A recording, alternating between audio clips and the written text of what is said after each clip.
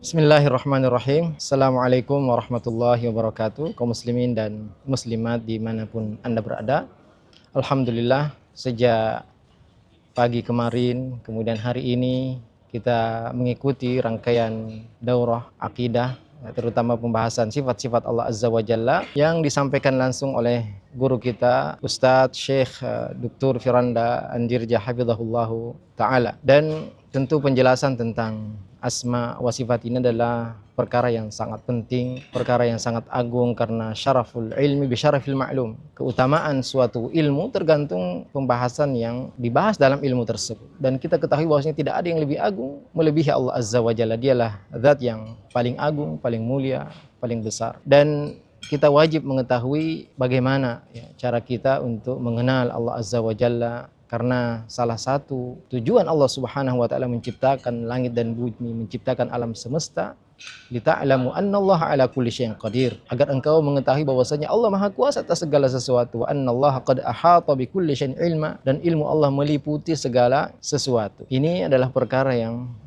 perlu dan wajib untuk kita ketahui dan pelajari. Tapi banyak dari manusia keliru, salah, bahkan tersesat dalam memahami tentang Allah Azza wa Jalla, seperti para ahli filsafat dan ahlul kalam yang mereka berusaha memahami, berbicara tentang ketuhanan, berbicara tentang teologi, tentang Allah Azza wa Jalla tanpa menggunakan dalil-dalil dari Al-Quran dan sunnah Nabi Sallallahu Alaihi Wasallam. Padahal kita ketahui kaum muslimin dan muslimat dimanapun Anda berada bahwasanya Allah menciptakan kita sebagai makhluk mempunyai keterbatasan yang sangat banyak.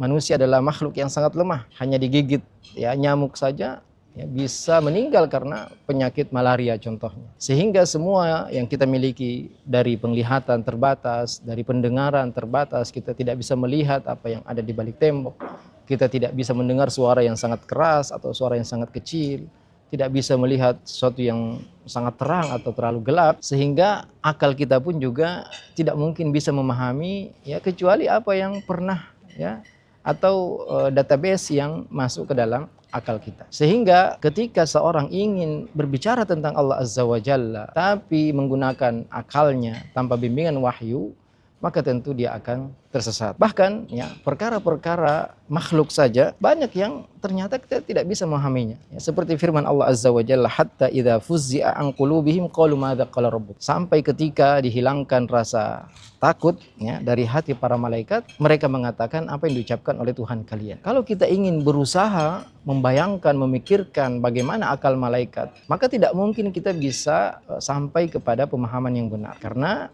akal kita hanya mungkin memikirkan tentang jantung manusia, jantung ayam, jantung sapi, jantung pisang. Tapi tentang jantung malaikat, maka pasti bagaimanapun kita berusaha untuk memikirkan, maka kita tidak akan mampu untuk sampai kepada hakikat yang benar. Kemudian contoh yang lain tentang sifat bidadari surga. Ketika Nabi Sallallahu Alaihi Wasallam mengatakan, yura mukhu saqiha min wara'i lahmiha minal husni.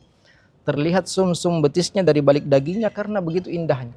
Kalau kita berusaha membayangkan tentang bagaimana keindahan bidadari tersebut, terlihat sumsum di balik betisnya, maka justru kita akan mungkin memikirkan sesuatu yang menakutkan. Makanya Nabi SAW mengatakan minal husni, dari keindahan. Kemudian juga tentang ketampanan Nabi Yusuf. Bagaimanapun kita membayangkan, berusaha, maka tidak mungkin sampai kepada ketampanan asli Nabi Yusuf. Karena yang ada di pikiran kita, yang bisa kita bayangkan hanya sebatas yang pernah kita lihat. Maka tentu tidak mungkin seorang bisa mencapai kebenaran ketika dia berbicara tentang sifat-sifat Allah Azza wa Jalla menggunakan akal. Dan untuk mengetahui tentang Allah Azza wa Jalla, maka atau segala sesuatu untuk diketahui secara hakikat, maka ada beberapa cara yang bisa dilakukan, yaitu melihat secara langsung. Tapi ketika ini dipraktekkan kepada Allah Azza wa Jalla, maka tidak ada yang pernah melihat Allah Azza wa Jalla. Bahkan Nabi Sallallahu Alaihi Wasallam ketika diangkat oleh Allah Azza wa Jalla ke langit ketujuh, ditanya, hal ra'aita rabbak, apakah engkau melihat Tuhanmu? Kata Nabi SAW, nurun anna arah, hanya cahaya, bagaimana aku bisa melihatnya. Dan untuk juga mengetahui sesuatu, bisa kita dengan melihat semisalnya. Kalau kita ingin mengetahui tentang manusia, maka kita bisa, walaupun kita belum lihat orangnya, tapi kita bisa membandingkan dengan semisalnya, atau melihat mungkin binatang-binatang yang mungkin tidak kita lihat secara langsung, tapi kita bisa lihat semisalnya. Dan kalau kita perhatikan kepada Allah Azza wa Jalla, maka Allah mengatakan laisa kamitslihi syai', tidak ada yang sama dengan Allah Azza wa Jalla. Maka bagaimanapun kita ingin membayangkan tentang sifat Allah Azza wa Jalla dan ini tidak boleh, ya, maka tidak mungkin sampai kepada hakikat yang benar. Maka tidak tersisa untuk mengetahui tentang Allah Azza wa Jalla kecuali hanya melalui berita yang valid. Dan tidak ada berita yang valid kecuali dari Al-Qur'an dan sunnah Nabi SAW yang merupakan wahyu dari Allah Azza wa Jalla.